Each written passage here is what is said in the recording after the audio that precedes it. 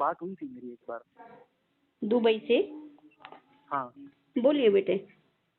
पहचाना माँ आपने? नाम बोलिए, शुभ नाम अपना। जगदीश। जगदीश। अच्छा जगदीश, सरनेम बेटे। दुबई से हाँ। बहुत बेटों का फोन आता है, शिष्य भी है दुबई में, इसलिए वो थोड़ा सा अच्छा। कंफ्यूज। हाँ हाँ धनजानी, जगदीश धनजानी। हाँ हाँ, आप सब पहचान ली बेटे। हाँ। नहीं बस माँ, ये जो थोड़ा मन है ना, परेशान रहता है, वहम में रहता है मन। मतलब जैसे अभी मैं दीक्षा लूं नहीं लूं, क्योंकि इतने धोखे खा लिए हैं ना माँ। मतलब आप, मतलब बुरा नहीं मानना, मैं आपसे बात करना चाहता हूँ माँ के रूप में।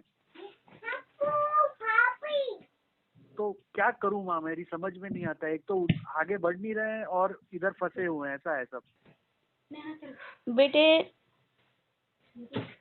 ये काम क्रोध लोभ मद मोह मत्सर, ये मनुष्य के जीवन को इतना ज्यादा ग्रसित रखते हैं कि वो उसके जीवन को तहस नहस कर देते हैं, कहीं के लायक ही नहीं छोड़ते हैं। जहाँ से उनको ईश्वर भक्ति प्राप्त होती है तो वे अट्रैक्ट हाँ। करते हैं और अविश्वास हाँ। पैदा करते हैं। और अविश्वास हाँ। पैदा होने का मूल कारण है कि हमारे प्रारब्ध का जो भोग काल है वो इस जन्म में भक्ति पूर्ण नहीं होने देता, सफलता को पूर्ण नहीं होने देता और अधिक संघर्ष करवाता है। और मनुष्य केवल संघर्ष ही करता है।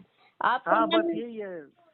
आपका मन बहुत ज्यादा विचलित है। भगवान पे कभी भरोसा लगता है, कभी नहीं लगता। लेकिन जब ब्रह्मास्त्र विद्या की शरण भी सभी को प्राप्त नहीं होती है मेरे बेटे। नहीं नहीं, सही है, और मुझे जब पता है माँ। ब्रह्मास्त्र विद्या की शरण में जाकर के वो छल क्षुद्र कपट वो सब दूर हो जाता है हाँ। सिद्धों में। और सामान्य यानी भौतिक ज्ञान रखने वाले, पुस्तकी ज्ञान और प्रैक्टिकल ज्ञान जो स्वयं तपस्या करके रिसर्च करके जो प्राप्त करता है, उस ज्ञान में अंतर होता है बेटे। और ऋषि हाँ। मुनि हाँ। जो होते हैं, ऋषि मुनि साधक सिद्ध जो होते हैं, वे आपको भी स्वयं तो करते हैं आपके लिए तपस्या, स्वयं तो करते हैं आपके भाग्य में बढ़ोतरी के लिए अनुष्ठान, लेकिन आपको भी भक्ति में लगाते हैं कि हम भी कर रहे हैं, आप भी करिए। ये साधक सिद्धों की परिभाषा। लेकिन ये सामान्य जो विद्वान जन हैं, जो केवल ग्रंथों का अध्ययन करके और प्रवचन के माध्यम से कॉपी पेस्ट करते हैं, उसमें और भक्ति में बहुत अंतर है। ज्ञानी और भक्त में अंतर होता है। ज्ञानी मार खा जाता है, लेकिन भक्त कभी मार नहीं खाता है।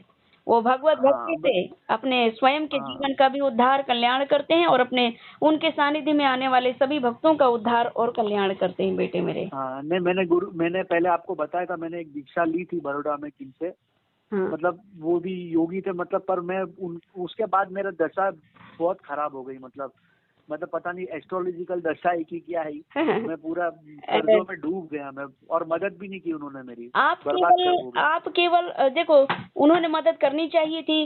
दीक्षा देने के बाद में अपने शिष्यों को अनाथ बना करके छोड़ देना, ये भी पाप लगता है और इसी का पाप वो भोगते रहते हैं। हाँ, वो मेरे उसी को बस प्रकार मतलब। जैसे माता पिता अपने बच्चों को जन्म दे करके और उसे छोड़ दें, निराधार कर दें, हाँ। और उसे निराधार कर देने में माता पिता को भी पाप लगता है। इसी प्रकार गुरुदेव को भी हाँ। दीक्षा देने के बाद में अपने शिष्यों का ध्यान रखना चाहिए। लेकिन शिष्य को कहाँ कहाँ ढूंढते फिरे। शिष्य का भी कर्तव्य होता है कि अपने गुरु का हम तो माँ सानिध्य इतने चिपके प्राप्त। पड़े थे, आप पूछिए नहीं। हम तो इतना जाते थे, हर हफ्ते ट्रेन लेके जाते थे। लेकिन फिर बहुत पैसा भी बहुत दिया, जब मेरे पास था सब कुछ दिए, फिर बाद में सब अजीब अजीब हो गया। मतलब कुछ ठीक हुआ ही नहीं, हारता ही गया मैं। मेरे दुश्मन चढ़ते गए, तो लोग फिर आते दीक्षा गए। लिए थे तो आपका इष्ट कौन था? मुझे तो कुछ नहीं पता माँ जब इसके आपको बारे में। इष्ट ही नहीं पता तो क्या दीक्षा, वो कुछ नहीं है मेरे बेटे।